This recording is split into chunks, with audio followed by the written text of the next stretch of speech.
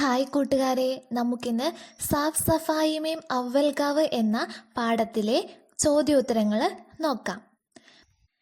Subscribe ചെയ്യാത്ത കൂട്ടുകാർ ദയവായി സബ്സ്ക്രൈബ് ചെയ്യണം. ആദ്യത്തെ ചോദ്യം, യഹാം ഗാവ് വാലോങ്കി കോൻസി മനോദശ പ്രകട ഹോത്തി ഹെ. ഇവിടെ ഗ്രാമവാസികളുടെ എന്ത് മനോദശയാണ് പ്രകടമാകുന്നത്?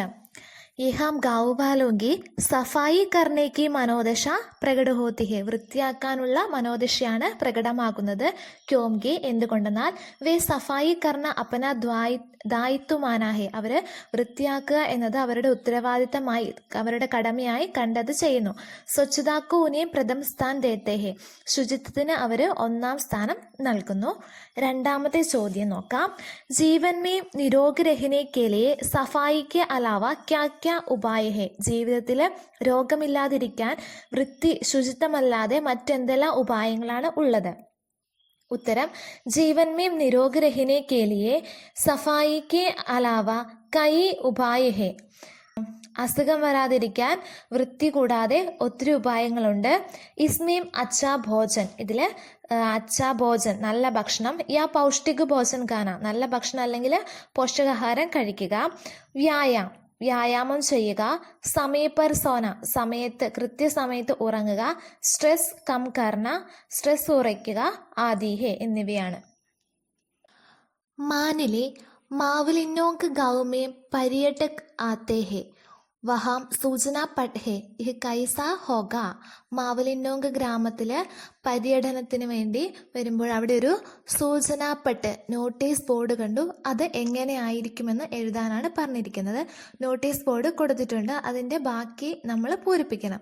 മാവലിനോങ്ക് ഏഷ്യാക്ക സബ്സെ സാഫ് സുതരാ ഗാവ്. ധ്യാൻ ദേ ശ്രദ്ധിക്കൂ. ഇനി ബാക്കി എന്താണ് എഴുതേണ്ടത്?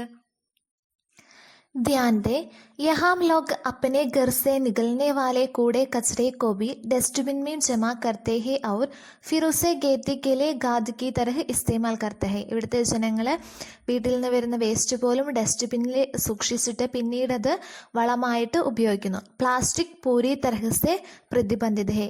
ഇവിടെ പ്ലാസ്റ്റിക് പൂർണ്ണമായും നിരോധിച്ചിരിക്കുന്നു. അടുത്ത ചോദ്യം, पुनर्चक्रमण से प्रकृति का बोझ कम हो जाता है.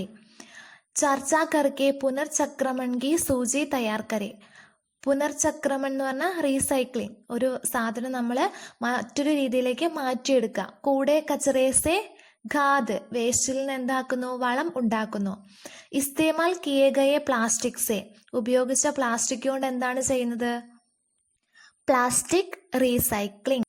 പ്ലാസ്റ്റിക് റീസൈക്ലിംഗ് ചെയ്ത് പുതിയ സാധനങ്ങൾ ഉണ്ടാക്കിയെടുക്കാറുണ്ട്. അടുത്ത ചോദ്യം, സാർത്ഥക് വാക്യ ബനായെ. ഇവിടെ 3 സെൻറ്റൻസ് കൊടുത്തിട്ടുണ്ട്. ഇതെല്ലാം ഒന്നിച്ചാണ് കൊടുത്തിരിക്കുന്നത്. ഇത് സെപ്പറേറ്റ് ആക്കിയിട്ട് മീനിങ് വരുന്ന രീതിയിൽ എഴുതാൻ വേണ്ടിയിട്ടാണ് പറഞ്ഞിരിക്കുന്നത്. എങ്ങനെ എഴുതാം നോക്കിക്കേ. ഒന്നാമത്തെ, സാഫ് സഫായി ഹമാര ദായിത്വ ഹെ. ശുചിത്വം നമ്മുടെ ഉത്തരവാദിത്തമാണ്. സ്വച്ഛ് നഹി രഹേഗെ തോ സ്വസ്ഥ നഹി ഹോഗെ. ശുചിത്വം ഇല്ലെങ്കിൽ ആരോഗ്യമുണ്ടാവില്ല. തൻ ഹോ യാ മൻ സഫായി ജരൂരി ഹെ. ശരീരമായാലും മനസ്സായാലും വൃത്തി അത്യാവശ്യമാണ്.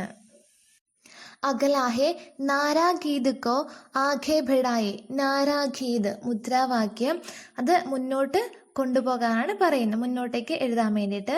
സ്വച്ഛ് രഹോ തും സ്വസ്ഥ ബനോ. വൃത്തിയായിരിക്കൂ, ആരോഗ്യവാനാകൂ. പ്രകൃതിക്കോ തും അപ്പനാലോ. പ്രകൃതിയെ ആശ്ലേഷിക്കൂ, പ്രകൃതിയെ സ്വന്തമായി കരുതൂ. ഹരിയാലി കാ ഗീത് രചോ തും. പച്ചപ്പിന്റെ കവിത രചിക്കൂ, ഗീതം രചിക്കൂ. ശുദ്ധ ഹവാക്കോ അപ്പനാലോ. ശുദ്ധവായു സ്വീകരിക്കൂ. ഇതുപോലെ വരികൾ കൂട്ടിച്ചേർത്ത് എഴുതാനാണ് പറഞ്ഞിരിക്കുന്നത്. ഇതുപോലത്തെ ഒരു വരി നോക്കിയാലോ. പേട് ലഗാവോ പ്രകൃതിക്കോ ബച്ചാവോ. മരം നട്ട് പ്രകൃതിയെ രക്ഷിക്കൂ. അടുത്ത ക്വസ്റ്റ്യൻ, സന്ദേശ വാക്യ ജോഡിക്കർ പരിസ്ഥിതി സംരക്ഷൺ പർ പോസ്റ്റർ ഓർ ഡിജിറ്റൽ പോസ്റ്റർ ബനായെ. സന്ദേശവാക്യം എഴുതിക്കൊണ്ട് പരിസ്ഥിതി സംരക്ഷണത്തെ കുറിച്ച് പോസ്റ്റർ തയ്യാറാക്കാൻ വേണ്ടിയാണ് പറഞ്ഞിരിക്കുന്നത്. എന്തൊക്കെ സന്ദേശവാക്യങ്ങൾ എഴുതാം? पेड़ पौधे लगाओ, पेड़ मत काटो, पानी बचाओ, जानवरों की രക്ഷാകരോ എന്നിങ്ങനെ ഉള്ള സന്ദേശവാക്യങ്ങൾ എഴുതിക്കൊണ്ട് ചിത്രങ്ങളൊക്കെ വരച്ച് നമുക്ക് മനോഹരമായ പോസ്റ്റർ തയ്യാറാക്കാൻ സാധിക്കും.